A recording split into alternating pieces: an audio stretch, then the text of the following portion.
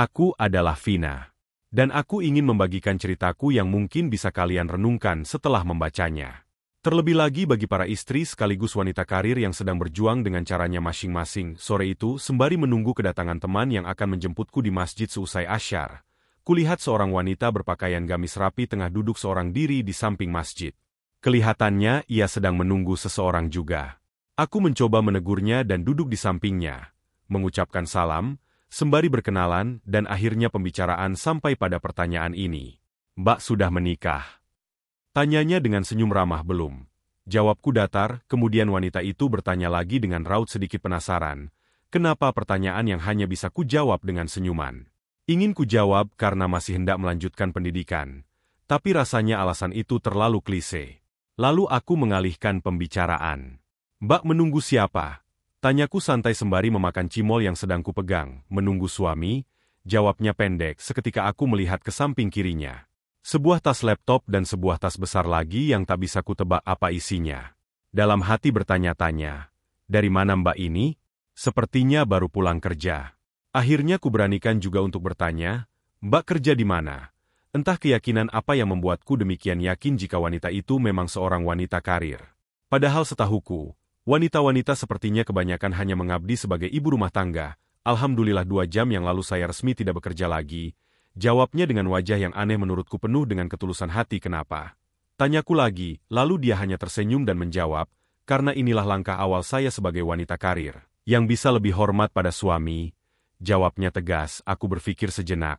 Loh, apa hubungannya? Heran. Lagi-lagi dia hanya tersenyum, kemudian dia mengubah posisi duduknya berhadapan denganku dan berkata, saudariku, boleh saya cerita sedikit? Dan saya berharap ini bisa menjadi pelajaran berharga buat kita para wanita yang insya Allah hanya ingin didatangi oleh laki-laki yang baik-baik dan soleh saja. Aku hanya mengangguk tanda setuju. Saya sebelumnya bekerja di kantor. Mungkin tak perlu saya sebutkan nama kantornya. Gaji saya 7 juta bulan. Di sisi lain suami saya bekerja sebagai penjual roti bakar di malam hari dan es cendol di siang hari. Kami menikah baru 3 bulan. Dan kemarinlah untuk pertama kalinya saya menangis karena merasa durhaka padanya. Kamu tahu kenapa? Aku hanya menggeleng tanpa keluar sepatah kata pun.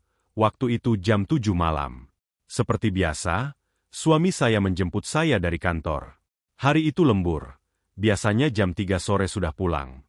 Setibanya di rumah, mungkin hanya istirahat yang terlintas di benak saya.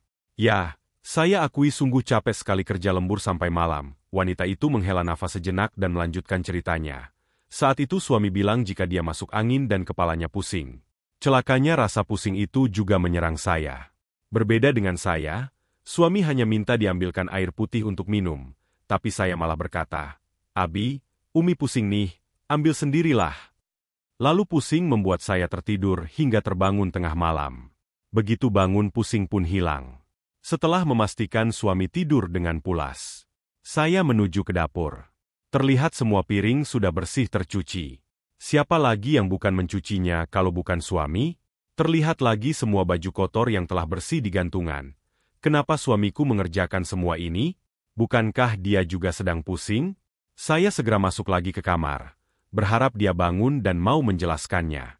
Tapi ternyata dia terlalu lelah dan masih tertidur pulas. Rasa iba mulai memenuhi jiwa. Lalu saya coba pegang wajahnya yang terlihat kelelahan itu.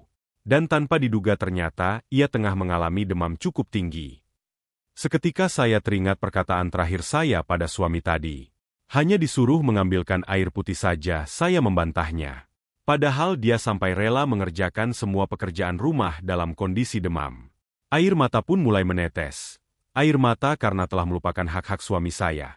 Aku ikut semangat melihat wanita itu bercerita dengan semangatnya. Membuat hati ini merinding. Dan kulihat juga ada tetesan air mata yang kemudian segera diusapnya. Kemudian dia melanjutkan ceritanya. Kamu tahu berapa gaji suami saya? Sangat berbeda jauh dengan gaji saya. Sekitar 600.700 Rp bulan. 1/10 dari gaji saya sebulan. Malam itu saya benar-benar merasa sangat durhaka pada suami saya. Dengan gaji yang saya miliki, saya jadi merasa tak perlu meminta nafkah pada suami. Meskipun suami selalu memberikan hasil jualannya dengan ikhlas dari lubuk hatinya. Setiap kali memberikan hasil jualannya, ia selalu berkata, Ini ada titipan rezeki dari Allah. Diambil ya. Buat keperluan kita. Walaupun tidak banyak jumlahnya, mudah-mudahan Umi ridho. Begitulah katanya, saat itu saya baru merasakan dalamnya kata-kata itu. Betapa harta ini membuat saya sombong dan durhaka pada nafkah yang diberikan suami saya. Dan sepertinya hampir tidak ada wanita karir yang selamat dari kasus ini. Maka dari itu saya sekarang memutuskan untuk berhenti bekerja.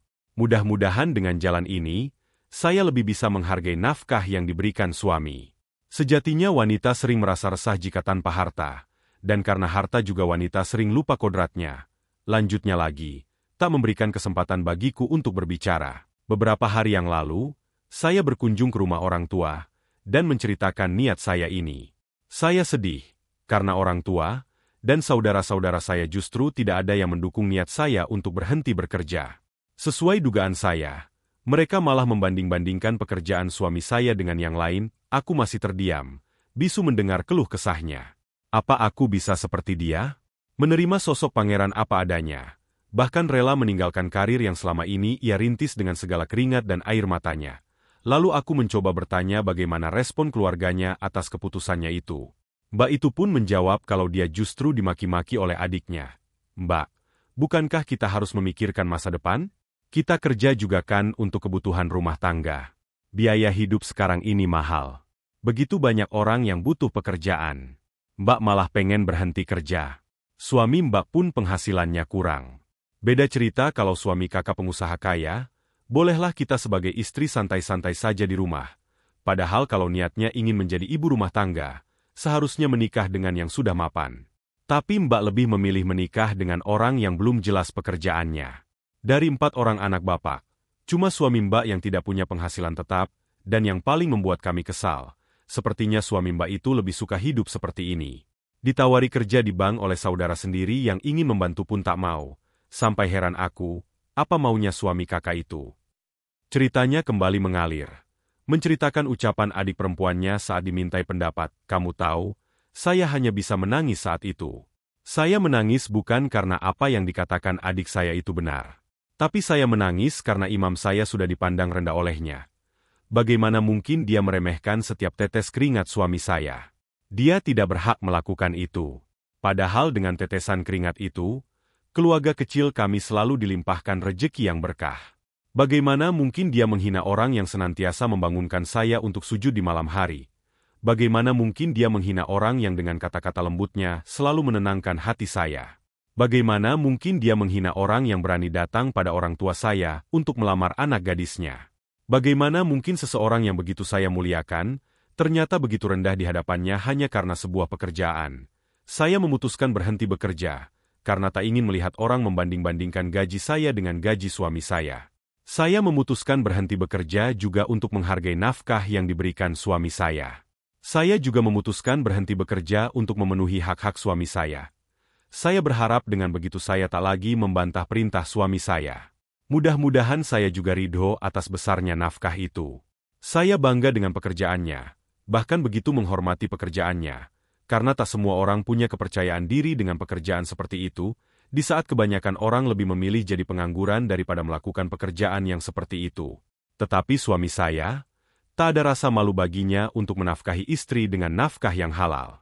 Itulah yang membuat saya begitu bangga pada suami saya. Suatu saat nanti jika kamu mendapatkan suami seperti suami saya, kamu tak perlu malu untuk menceritakan pekerjaan suamimu pada orang lain.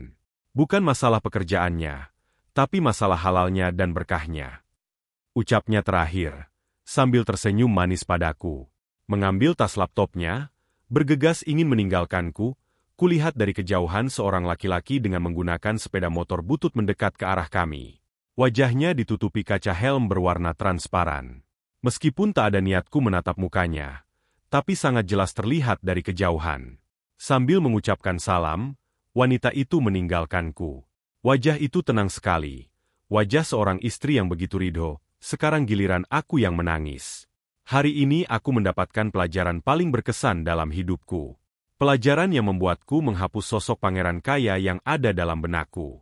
Semoga pekerjaan, harta dan kekayaan tak pernah menghalangimu untuk tidak menerima pinangan dari laki-laki yang baik akhlak dan agamanya.